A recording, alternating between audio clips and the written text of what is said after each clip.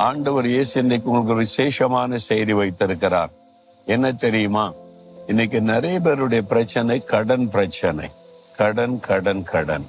EMI கட்ட வேண்டியது இருக்குது, பேங்க்ல லோன் வாங்கிட்டு கட்ட வேண்டியது இருக்குது, வெஹிக்கிள் லோன் வாங்கிட்டு கட்ட வேண்டியது இருக்கிறது, கந்து வட்டிக்கு வாங்கிட்டு பணமெல்லாம் அதுல போகிறது. நிறைய பேருக்கு கடன் பிரச்சனை.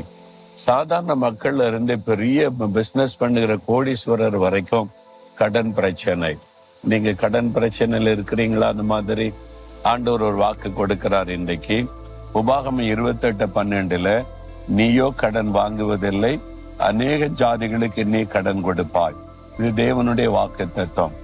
தேவன் தன்னுடைய பிள்ளைகளை அப்படிதான் ஆசீர்வதிக்க விரும்புகிறார். நீங்க கடன் வாங்காத ஒரு ஆசீர்வாதமான வாழ்க்கை வாழணும். நீங்க மற்றவங்களுக்கு கடன் கொடுக்கிற மாதிரியான ஆசீர்வாதம் அதெல்லாம் நடக்குமாங்க? இந்த காலத்துல எல்லாமே கடனுங்க. கிரெடிட் கார்டுன்னு கடன் அட்டையே தந்துடுறாங்க.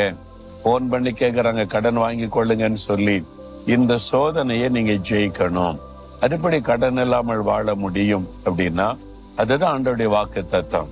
நீங்க முதலாவது ஆண்டவருடைய வாக்கு தத்தத்தை விசுவாசித்து நான் கடன் வாங்காத ஆசீர்வாதமான வாழ்க்கை வாழ முடியும், ஆண்டவர் என்னை ஆசீர்வதிக்க முடியும்னு முதல்ல விசுவாசிங்க. ரெண்டாவது, அப்படிப்பட்ட ஒரு வாழ்க்கைக்குள்ள அர்ப்பணித்துக் கொள்ளணும். கடன் வாங்க மாட்டேன். கடன் வாங்காம எப்படி வாழ்றது? உங்களுடைய தேவை வந்துட்டு, ஒரு நெருக்க வந்துட்டு என்ன செய்யறது? ஆண்டவர் உதவி செய்வார். எனக்கு ஒத்தாசை ஒரு பர்வதங்களுக்கு நேராய் கண்களை ஏறெடுப்பேன் அப்படின்னு ஆண்டவரை நோக்கி பார்க்கணும். அவர் உதவி செய்வார். நீங்க கடன் வாங்குறதுனால உங்களுடைய தேவை வரும்போது ஆண்டவரை நோக்காம கடன் கொடுக்கிற ஆளை தேடுறீங்க. உங்களுடைய இறுதி ஆண்டவர்கிட்ட விலைக்கு போகுதில்லை. இப்ப இயேசுடைய ஊழியத்துல தேவனுடைய வீடு கட்டப்பட்டது, தேவனுடைய கூடாரம் கட்டப்பட்டது, தேவனுடைய மாளிகை கட்டப்பட்டது, ஆர்க் ஆஃப் காட் தேவனுடைய பேழை கட்டப்பட்டது.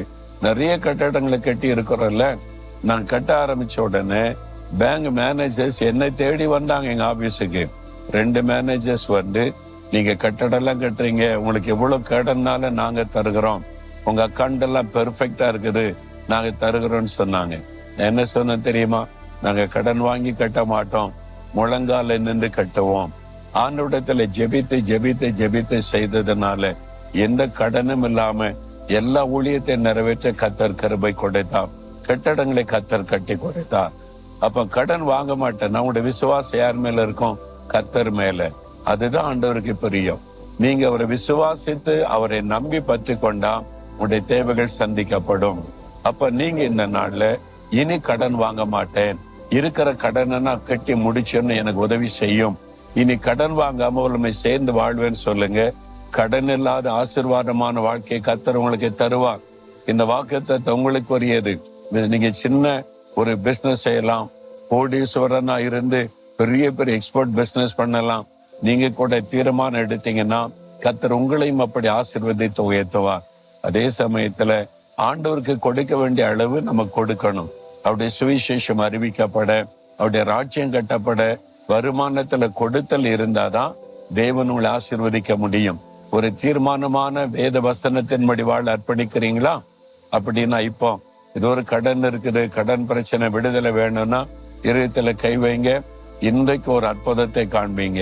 ஆண்டவரே, இந்த மகனுக்காய் மகளுக்காக ஜெபிக்கிறேன், கடன் பிரச்சனையில சிக்கி நிம்மதி இல்லாம இருக்கிறாங்க, நீ கடன் வாங்குவதில்லை, அநேக ஜாதிகளுக்கு கடன் கொடுப்பாய் அப்படின்னு வாக்கு கொடுத்தீங்களே, அந்த வாக்குத்தத்தங்களுடைய வாழ்க்கையில நிறைவேறணும். இனி கடன் வாங்காத ஒரு வாழ்க்கை, இயேசுவை சார்ந்து வாழ்கிற வாழ்க்கை பிள்ளைகளுக்கு தாரும். இயேசுவின் நாமத்தில் கடன் பிரச்சனை அடிமைத்தனத்தின் விடுதலை உண்டாகட்டும். எல்லா கடனை திருப்பி செலுத்த ஒரு அற்புதமான வாசலை திறந்தருளும். இனி கடன் வாங்காத ஒரு வாழ்க்கையை அருளி ஆசீர்வதியும். இயேசுவின் நாமத்தில் ஆமென்.